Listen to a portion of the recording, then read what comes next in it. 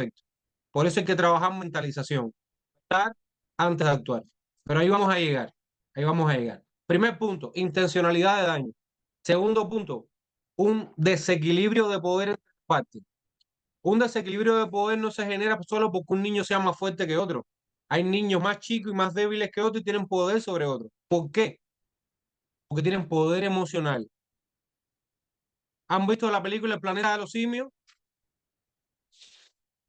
El mono no era más fuerte que otro, pero era más inteligente. Tercer punto. Primero, intencionalidad de daño, independientemente de tu intención y tu voluntad, si ocasionas un daño. Segundo punto, desequilibrio de poder, que hay que escudriñar, porque no todos los desequilibrios son visibles, porque no se basan en la fuerza física solo, o el tamaño. Y tercer aspecto, recurrente en el tiempo. Aunque la ley Karim dice que solo basta una conducta para ser categorizada como acoso, eso es en el ámbito laboral. En el ámbito del acoso escolar sigue predominando y sigue habiendo coincidencia en que tiene que haber reiteración en el tiempo. Seguimos, estas son algunas precisiones nomás, ¿sí? Sé que hay contenidos que algunos de ustedes dominan, pero necesitamos un piso común, ¿sí? Pues por eso. Acá colocaste un caso, Alejandro. ¿Sí? ¿Cuál es el caso? Dice, Edgar tiene 12 años y vive en Valparaíso. Vive con ambos padres, pero trabajan hasta tarde. Tiene pocos amigos, se siente solo, pero de hace un tiempo, disculpe, se dio cuenta de que cuando intimida a otros compañeros, otros se quieren juntar con él. Unos buscan su protección, otros que no le haga lo mismo. Se siente importante y popular. Y hay dos preguntas. Claro, si le puedes dar otro clic, porque está la segunda pregunta, ¿qué es esta? Si usted puede identificar al menos una causa del problema y qué acción haría para abordar el problema. Rapidito, porque la idea no es detenernos mucho, sino es mostrarle qué es lo que está haciendo el enfoque tradicional. ¿Qué haría para abordar esta situación? Básicamente, Edgar se siente solo, pero descubrió que cuando intimida a otros compañeros es respetable y popular. Pasa mucho. Este caso está construido basado en la evidencia, en la investigación sobre el sentido del acoso escolar. ¿Qué haría usted? ¿Cuál diría usted que puede ser una causa? No la única, pero puede ser una. ¿Qué diría?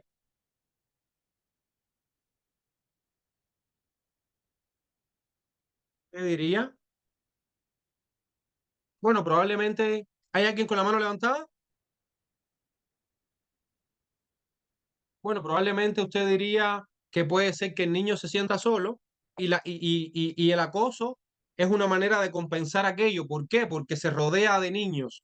Unos le tienen miedo y otros sienten que él es como su ídolo. Ahí está.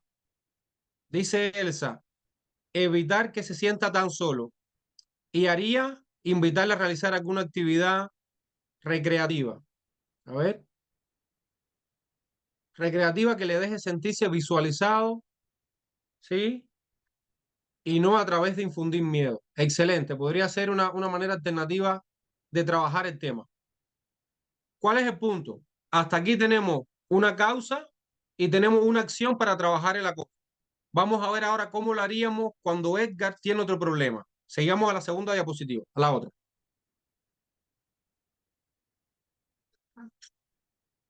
Vamos a ver ahora. En este caso, a pesar de sentirse respetado y popular en la escuela, Edgar se siente solo, sigue sintiéndose solo. Hace unos días, unos compañeros de clase se dieron cuenta de que tenía unos cortes en las muñecas. Cuando el psicólogo del colegio le preguntó, dijo que ese dolor, el dolor de los cortes, le hacía olvidar por un momento el dolor emocional. También construido sobre la base de la evidencia, sobre lo que suelen decir los niños cuando se hacen esos cortes, como una manera de evitar el dolor, distraerse. ¿Qué podríamos hacer en este caso? Coincidimos en que la soledad de Edgar explicó allá puede ser una causa de la conducta del acoso, ¿verdad? Y ahora podría la soledad explicar acá también esta conducta autolesiva. Podría ser. ¿Qué opinan? podría ser un determinante el sentimiento de soledad que dicen. Yo creo que sí, yo creo que sí. Yo Sí, creo que la ¿verdad? soledad Ahí Mariela puede, sí, yo creo que la soledad puede generar algún tipo de dolor. Podría estar asociado con el dolor también, ¿no? Ok, Soledad y dolor. excelente, Gabriel. Mariela también está sintiendo con la cabeza. Sí, Sí, yo creo ok. que la soledad, bueno, y los niños generalmente, cuando yo también tengo que atender allá niños que se descontrolan y tienen conducta autolesiva, generalmente mencionan que lo hacen para sentir un dolor más fuerte que el dolor emocional. Y eso, este dolor que sienten acá al cortarse, los ayuda a evitar, ¿cierto? Y a desconectarse del dolor emocional. Efectivamente, efectivamente. Y ahora vamos a ver qué tiene que ver esto, porque en realidad el peso de la presentación no está en abordar esta situación específica así, sino en poner énfasis en otra parte. Y es lo que hace el enfoque transdiagnóstico. Vamos a la próxima diapositiva para entender algo, que es la diferencia entre la manera en la que se ha venido trabajando la salud mental hasta ahora y la manera en la que se propone desde el enfoque transdiagnóstico. Es decir, desde un enfoque integral, para decirlo con un término más familiar y amable. Vamos a la otra diapositiva para ver la diferencia. Recuerden que Edgar vivió dos situaciones: acoso escolar, conducta autolesiva. ¿Sí?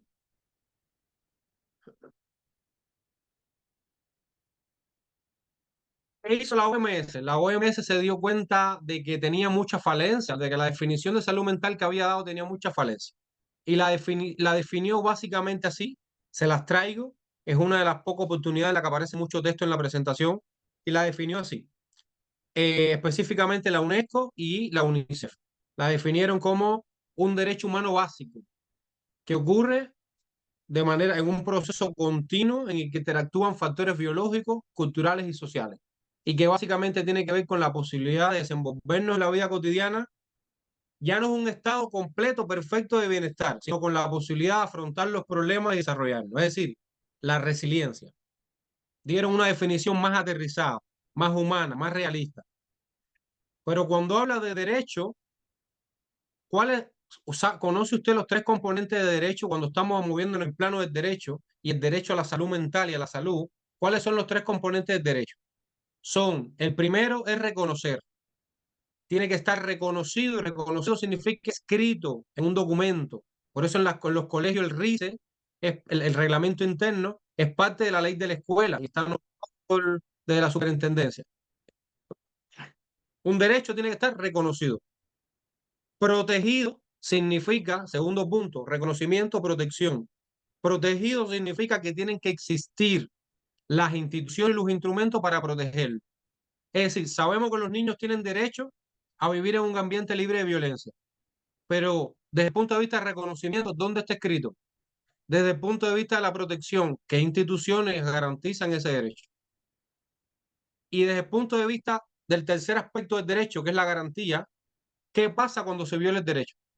Ustedes saben que está la superintendencia que pone multa, ¿verdad? Entonces, reconocimiento, protección y garantía, específicamente cuando hablamos del derecho, cualquier derecho, y más en este caso a la salud y a la salud mental. ¿Qué pasa? Que ustedes se dan cuenta claramente que en la definición de salud mental de la OMS habla de factores biológicos, culturales y sociales, pero eso es como un mix de cosas, ¿verdad? Es como un arroz con pollo, un mix de cosas. ¿Cómo saber qué tiene prioridad sobre qué? ¿Hay algún elemento que tenga prioridad y al que podamos ponerle énfasis y focalizar nuestros esfuerzos? ¿Hay alguno? Efectivamente, sí lo. Y hay varios. Hay varios aspectos a los que apuntarles para ser más efectivas y basadas en la evidencia nuestras intervenciones.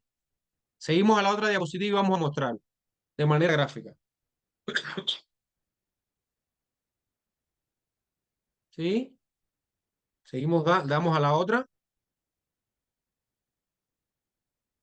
Así se ve cuando usted investiga y pone en Google enfoque transdiagnóstico. Así se ve el enfoque transdiagnóstico. Y así se ve el enfoque tradicional y el enfoque de riesgo. Uno busca factor de riesgo y otro busca habilidades, competencias transversales. ¿Cuáles son y qué importancia tiene para trabajar en el contexto escolar? Vamos a la próxima diapositiva. Perdón.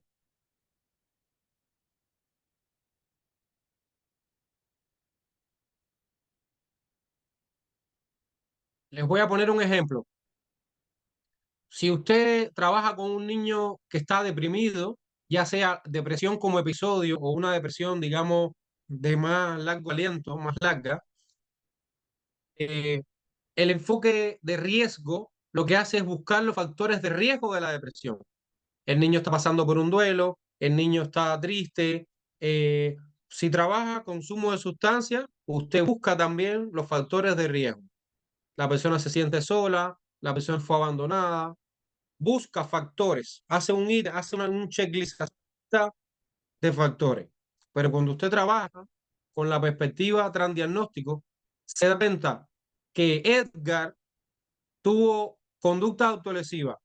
Edgar tuvo conductas de acoso hacia otros compañeros, pero no hay que tener necesariamente dos planes de intervención para cada uno de los problemas, porque puede ser que la causa del acoso sea la misma causa de la conducta autolesiva y que las dos estén explicadas por un solo elemento transversal, que es el sentimiento de soledad.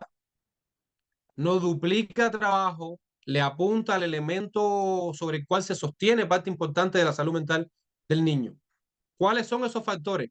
No siempre hay que jugar a investigar, siempre hay que indagar, pero sabemos que hay un espectro reducido de competencias socioemocionales que cuando usted trabaja, por ejemplo, con el enfoque de la escuela total, donde el énfasis debe estar puesto más en las actividades preventivas que en las actividades de abordaje focal, es decir, trabajar prevención, no solamente intervención en crisis.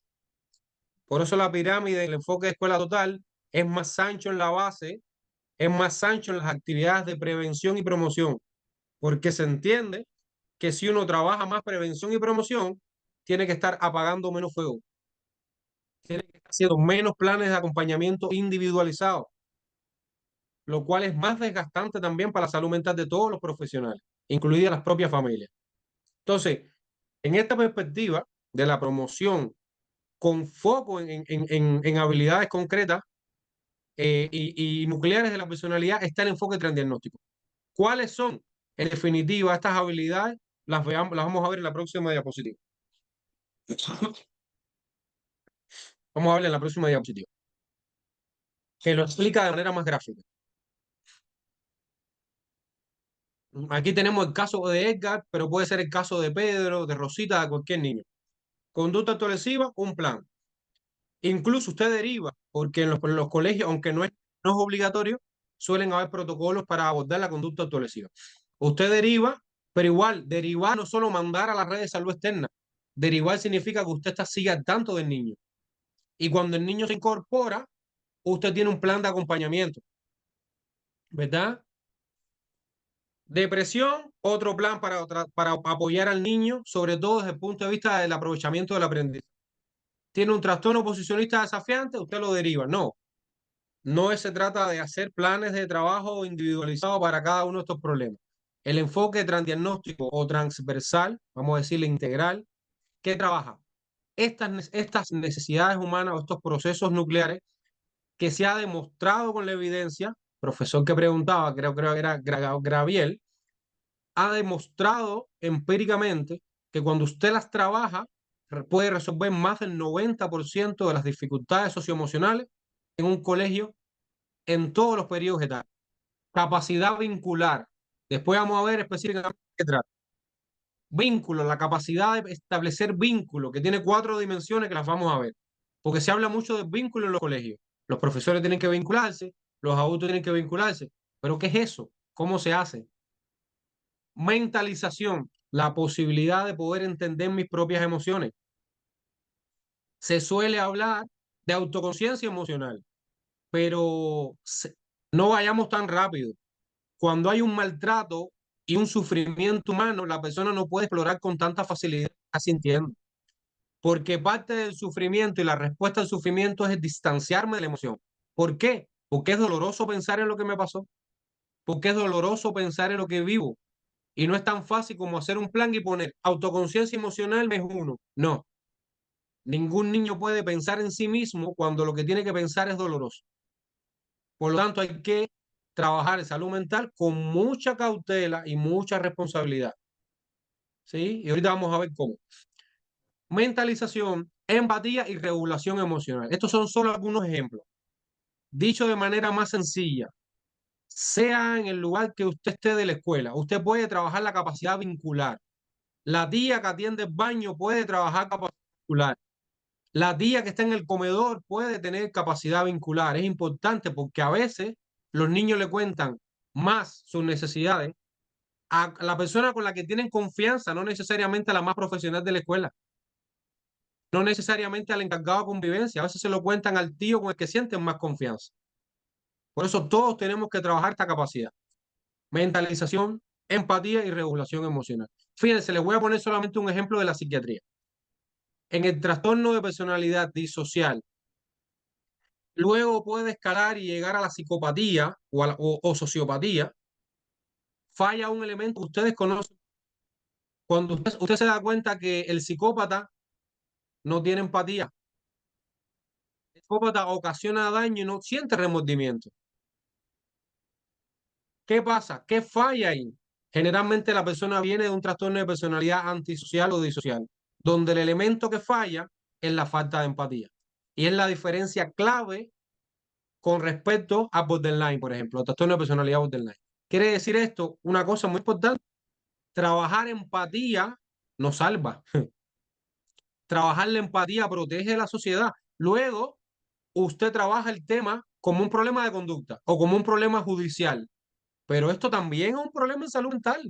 Si la perspectiva transdiagnóstica nos dice, el ser humano es bueno por naturaleza, pero para poder ser bueno hay que convivir.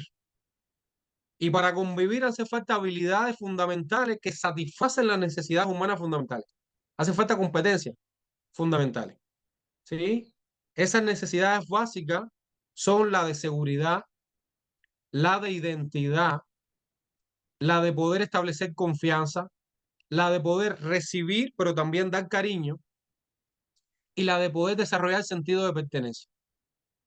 Cuando un ser humano en cualquier periodo de su vida ve bloqueada la satisfacción a una o más de estas necesidades, ahí empieza a haber una desviación de un curso comprensible de la salud mental y esperable de la salud mental. Por eso, el camino está en fortalecer estas competencias, que son las que nos permiten crecer seguros, queridos, tranquilos, con una identidad sólida, con una autoestima equilibrada y sintiéndonos parte de un proyecto social, dígase comunidad, curso, escuela, comunidad, país, más grande que una persona aislada. Entonces, cuando usted aborda la salud mental desde la perspectiva del riesgo médica, bioclínica, biomédica, usted dice, hay un problema de salud cuando el niño empieza a dar síntomas. Pero cuando trabaja con una perspectiva integral de la escuela total, basada en las necesidades humanas fundamentales, se da cuenta que no hay que esperar a que el niño empiece con síntomas. Hay que trabajar desde siempre hay que trabajar regulación emocional, vínculo, mentalización, desde siempre. No hay que esperar a que sea un problema. Eso es trabajar con un enfoque de edad. Y aquí estamos trabajando con un enfoque de salud. Alejandro, una preguntita. ¿Nos podrías explicar qué es lo que se entiende como mentalización desde salud mental? Porque yo la entiendo Sí, como dentro del contexto de una habilidad de la cognición social, pero igual me gustaría que me pudieras explicar ahí un poquito eso. sí.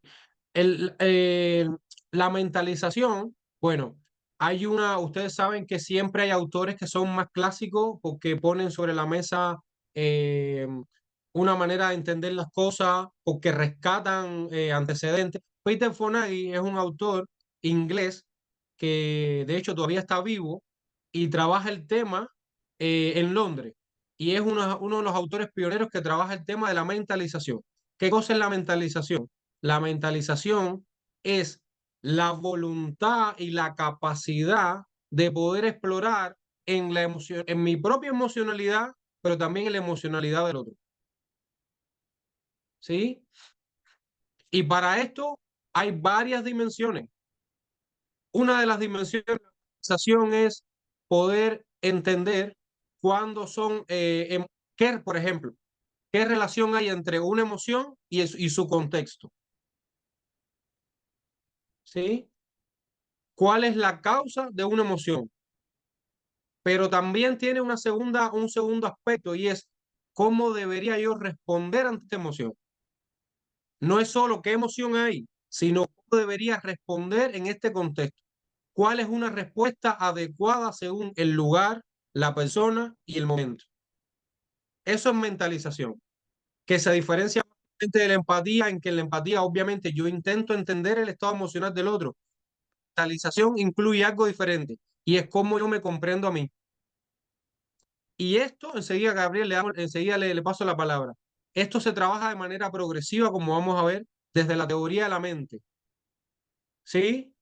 Porque el sustento de esto está en las neuronas espejo y por lo tanto eso trabaja desde pequeño, 3, 4 años, incluso antes.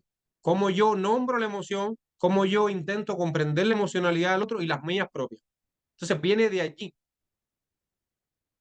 O sea, es cognición Gabriel, social en el fondo. Es claro, entendida de una manera, ¿sí? Como una habilidad clave para poder mentalizar, pensar no solamente en mis habilidades y emociones sociales, digamos, habilidades sociales, emocionales, sino que también en la de los otros. en la de los otros y responder de manera adecuada, asertiva a eso. ¿Por qué es muy importante y por qué hay que verla en el curso de la vida, independientemente del periodo o la edad del niño con el que usted trabaje? Por algo básico. Le voy a poner un ejemplo. Cuando alguien se siente desbordado emocionalmente porque sufre maltrato o porque siente rabia, interfiere la capacidad de mentalizar. Es decir, yo me doy menos cuenta de la emoción del otro cuando siento rabia. Yo me doy menos cuenta de mis propias emociones cuando estoy embarcado en un duelo. Quiere decir que hay procesos que interfieren la capacidad de mentalizar y lo que se le enseña a los niños es no solo a mentalizar, sino cómo evitar estas interferencias para que puedan ¿qué? Tomar buenas decisiones, función ejecutiva, para que puedan tomar buenas decisiones. ¿Sí? Adelante, Gracias. Gabriel, usted había levantado la mano. Sí, Alejandro, lo que es, hoy se me fue. La mentalización la había escuchado en charlas de Gabriel Reyes, que estudia metacognición. Y él mencionaba que antes era la metacognición y pasó a acuñarse como mentalización. ¿Qué conoces como de ese cambio quizás que ocurrió? ¿Está relacionado con la literatura que tú manejas? Bueno, de hecho, Peter Fognari y los colaboradores trabajan o coinciden con esa mirada y de qué se trata, de efectivamente la mentalización, que no es lo mismo que la empatía, como les he explicado, efectivamente es una habilidad transdiagnóstica o integral metacognitiva. ¿Por qué? Porque es la capacidad de pensar sobre mí mismo, es la capacidad de pensar sobre mi pensamiento, de monitorear y mirar mi propio pensamiento. ¿Sí? Entonces, efectivamente, es una competencia de tipo metacognitivo, de ese tipo. Si no hay incongruencia en esto, sino están en el mismo nivel lógico, efectivamente. Sí, de hecho, ¿Qué les parece? Sí, incluso sí. claro, va a depender del enfoque, porque por ejemplo, el enfoque neurocognitivo, de la neurociencia cognitiva, nos habla que efectivamente la mentalización es una competencia, una habilidad de la cognición social y al mismo tiempo es una habilidad ejecutiva. Esta capacidad de darnos cuenta, esto de ir monitoreando, porque de hecho desde esa perspectiva incluso ya no se habla de metacognición, sino que se habla de monitoreo como función ejecutiva, cómo nosotros monitoreamos y somos capaces de darnos cuenta de nuestros propios pensamientos, de nuestras propias emociones y de las estrategias que utilizamos para gestionar pensamientos y emoción. Entonces, claro, va un poquito como que depende del enfoque, pero apunta en el fondo a lo que tú estabas explicando, Alejandro, al también como parte de las habilidades que se requieren para poder enfrentar situaciones que sean estresantes y que no interfieran en el fondo en nuestra salud mental. Así por lo menos lo voy entendiendo. No sé si está bien asociado al ámbito de salud mental. Ef- Efectivamente, ¿cuál es la invitación que yo les quiero compartir? La invitación, porque estamos parados sobre un cambio, estamos parados sobre un cambio de paradigma. No es tan sencillo como llegar y aprendernos definiciones. Estamos parados en un cambio de enfoque que tiene que ver con una manera diferente de ver al ser humano. ¿Cuál es la propuesta que yo les traigo? Basada en la evidencia. Muchas personas cuando llegan al ámbito de la salud mental o el ámbito educativo, ¿qué hacen? Miran un problema y buscan en la literatura cuáles son los factores de riesgo de ese problema y de ahí diseñan una estrategia. Lo que pasa es lo siguiente, eso puede tener mucha falencia. ¿Por qué? Porque hay muchos de estos problemas que para los que usted no tiene, para cada problema no tiene que poner un plan diferente. Hay muchos problemas que se derivan de una fuente común, que son por eso es transdiagnóstico, por eso es la palabra trans, porque a pesar de diferentes diagnósticos, hay habilidades y procesos trans que atraviesan, que explican, que son comunes. Entonces, ¿cuál es la invitación de esta manera de entender la salud mental? En vez de empezar por el problema, empecemos entendiendo cuáles son las necesidades humanas fundamentales, porque eso nos va a ayudar a sacar muchos nudos críticos. Primer nudo crítico, no tiene que aprenderse una definición de salud mental. Usted entiende cuáles son las necesidades humanas fundamentales y va a entender cuáles son los pilares que no pueden bloquearse en la salud mental. Cuáles son las carreteras que tienen que estar libres y tienen que estar libres las carreteras de la seguridad. No hay salud mental posible si el cerebro se siente inseguro, porque eso genera angustia, como vamos a ver. No puede haber salud mental si una persona no tiene la capacidad de recibir, pero también de entregar cariño. ¿Han visto ustedes que hay muchos niños pidiendo cariño, pero ellos saben dar cariño? No, porque es como un lenguaje. Si usted no lo recibió, no lo escuchó, no puede dar. Entonces, recibir y dar cariño, seguridad, identidad. De hecho, hay muchos trastornos que tienen que ver con la bipolaridad y trastornos de personalidad que tienen que ver con la difusión de la identidad. Tengo que saber, y eso es un proceso de construcción continua, que yo creo que aborda toda la vida, según se ha visto en la literatura. ¿Quién yo soy? ¿Quién quiero ser? Pero como ser potencial, no solamente como ser acabado, como ser potencial. ¿Qué proyecto tengo para mí? ¿Cuáles son mis fortalezas y mis desafíos? Identidad y sentido de pertenencia. ¿De dónde vengo? ¿A dónde voy? ¿A qué grupo pertenezco? ¿Qué proyectos tengo? Entendiendo esas necesidades humanas fundamentales, uno entiende que los procesos como el maltrato, el abuso, el abandono, la negligencia, ¿por qué se convierten en problemas de salud mental? Porque bloquean estas necesidades, las dañan, las perjudican. Y después vamos a ver específicamente cómo el maltrato bloquea estas necesidades y cómo produce trauma y por qué.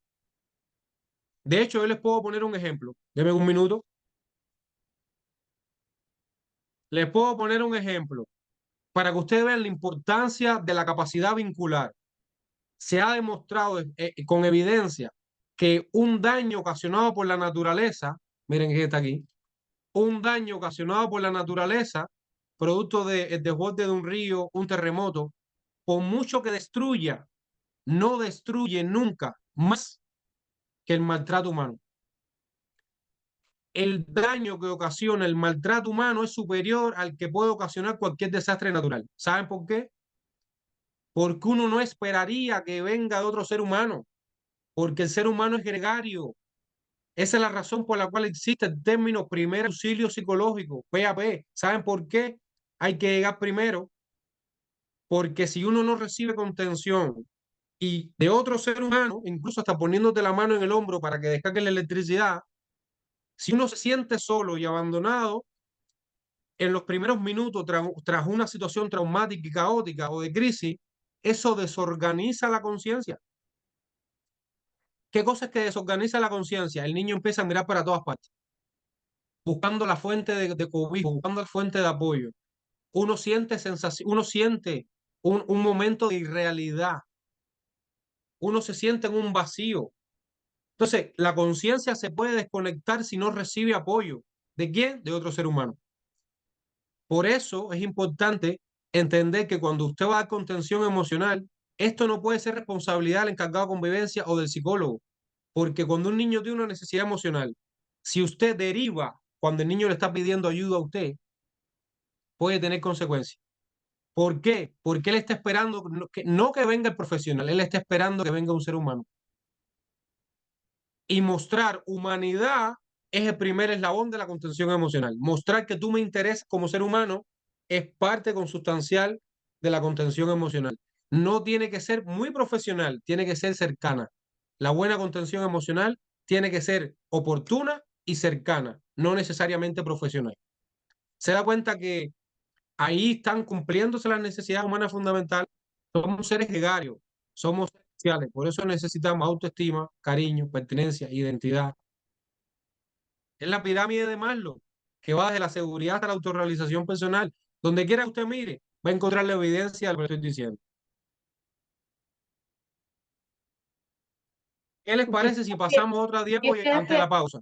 y que se hace mucho más difícil en aquellos pequeños que presentan alguna condición del neurodesarrollo, como el caso de autismo, porque ya hay habilidades atípicas, entonces eso hace que todavía genere más dificultad, genere mayor predisposición a presentar este tipo de conductas también, ¿cierto? Claro, qué buen punto. Por eso hay momentos en la presentación que yo entro y salgo de esta, digamos, de estos ejemplos. ¿Por qué? Les voy a poner un ejemplo. Yo en Sename trabajé con niños en la condición del espectro autista y a veces uno conversa con un niño pequeño y el niño, como le cuesta el contacto visual, fíjense la importancia de hacer ajustes en la contención emocional. Uno puede decir, hace falta mostrar humanidad, hace falta mostrarse como un ser humano, sí, pero tiene que tener cuidado y tener una sensibilidad profesionalizada y humanizada. ¿Por qué? Porque en un niño autista a veces el contacto visual le genera incomodidad. Y a veces hay niños que para responderte a ti miran al papá o miran al profesional. Este niño miraba a la mamá antes de responderme a mí. Y yo le decía, mamá, ¿se da cuenta la importancia de que usted desarrolle habilidades? Porque usted vibra y el niño responde a su rostro. Eso se llama señales ostensivas. Pues son ostensivas porque se ven. Y este término viene de la teoría de la mentalización.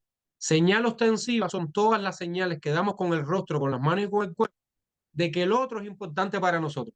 Las manos, los ojos, el tono, la proximidad, la cercanía. Entonces, ojo, que un niño, en este caso un niño autista que tiene un pensamiento más concreto, sí se alimenta de muchas señales de afecto. A veces pensamos que ellos son más fríos, que como su dificultad está en el ámbito de las relaciones emocionales, aunque sean brillantes desde el punto de vista cognitivo, pensamos que sienten menos, que no les interesa vincularse. Eso es un sesgo y una falacia, se ha demostrado. Los niños en la condición del espectro autista son muy sensibles al cariño. Sí les interesa vincularse, lo que no necesariamente tienen las herramientas.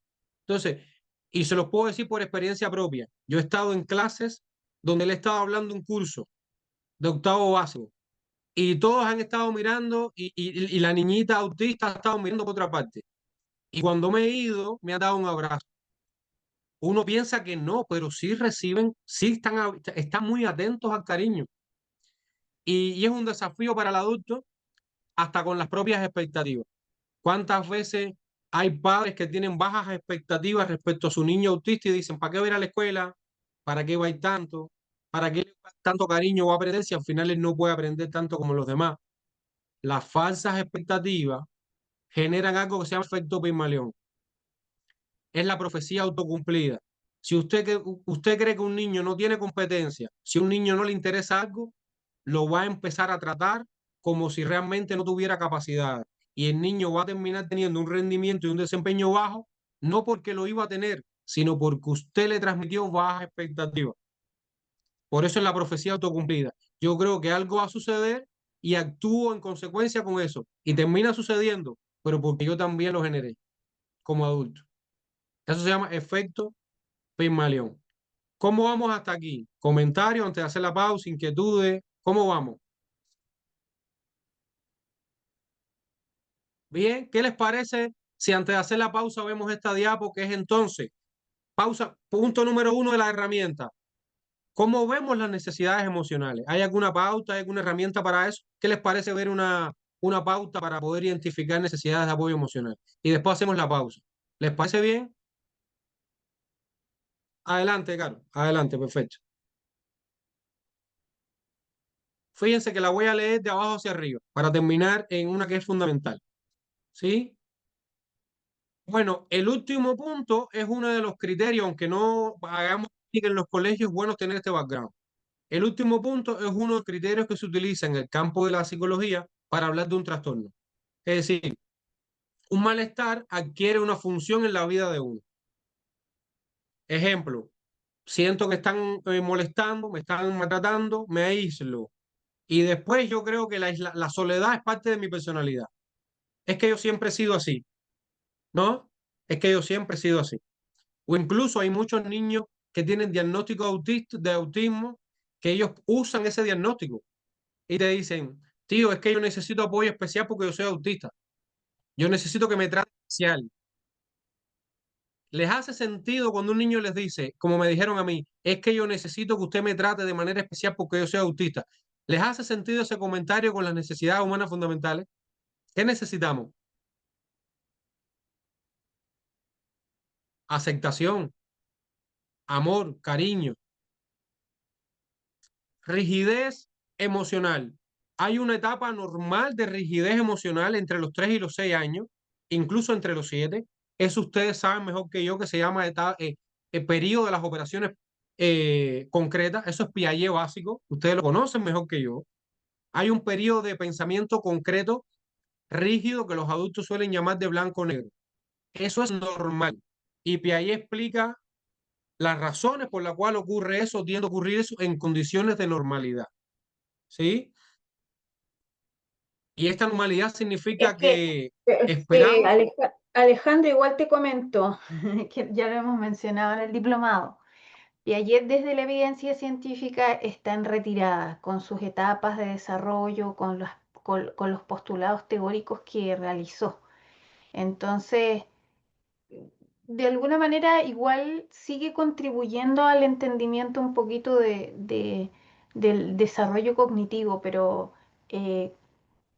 para nosotros, bueno, no para nosotros, sino que para la perspectiva científica, eh, a- no está validado este planteamiento de las etapas, pero sí entender que efectivamente el ser humano pasa por trayectorias de desarrollo, por caminos o rutas que van a ir haciendo, obviamente, van a ir conformando una capacidad cognitiva cada vez más compleja, más abstracta. Y se lo menciono porque en el módulo anterior, que fue el módulo 4, también lo conversamos desde las altas capacidades, para ahí no dejar la sensación a los colegas de que en algunas clases decimos que sí a Piaget y en otras que no. En realidad sigue teniendo aporte, pero como con esta actualización, ¿no? De trayectoria más que de etapa.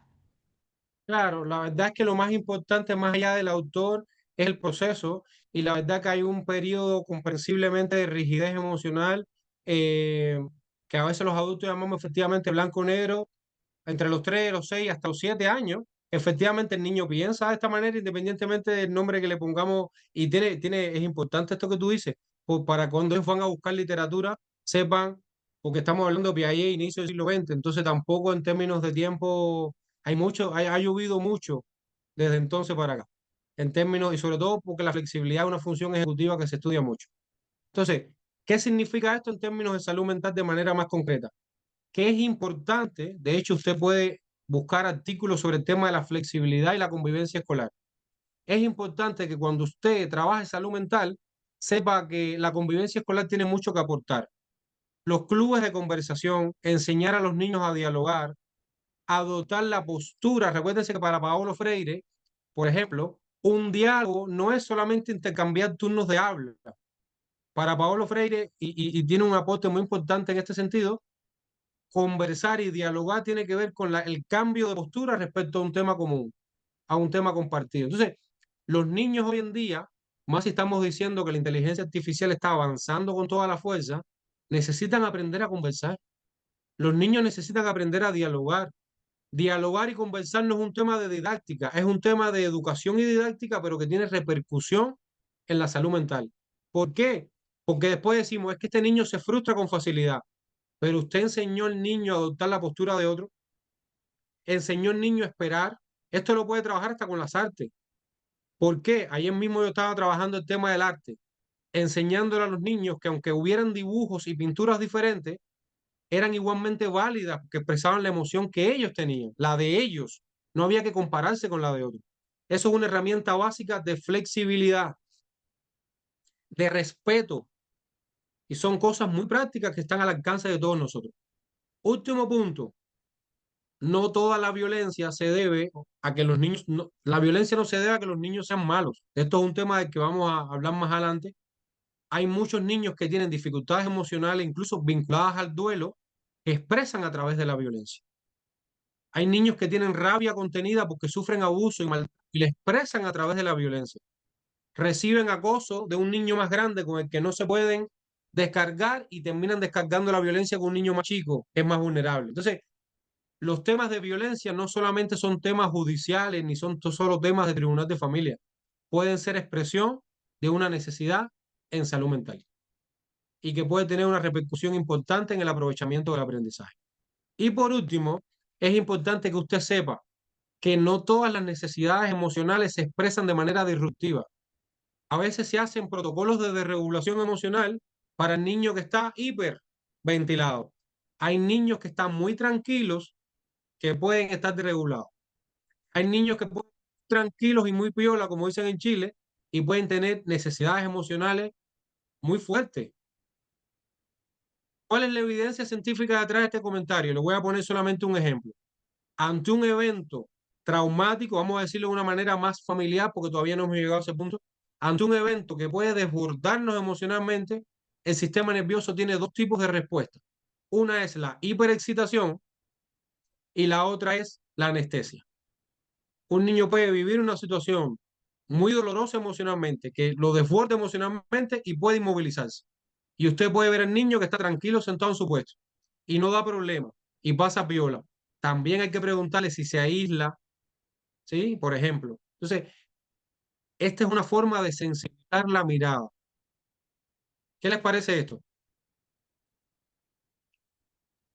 Me hace mucho sentido a mí, Alejandro, sobre todo pensar en esto del aislamiento y soledad que también me hizo clic, pues yo lo voy relacionando con los míos, con mi área, con mis niños.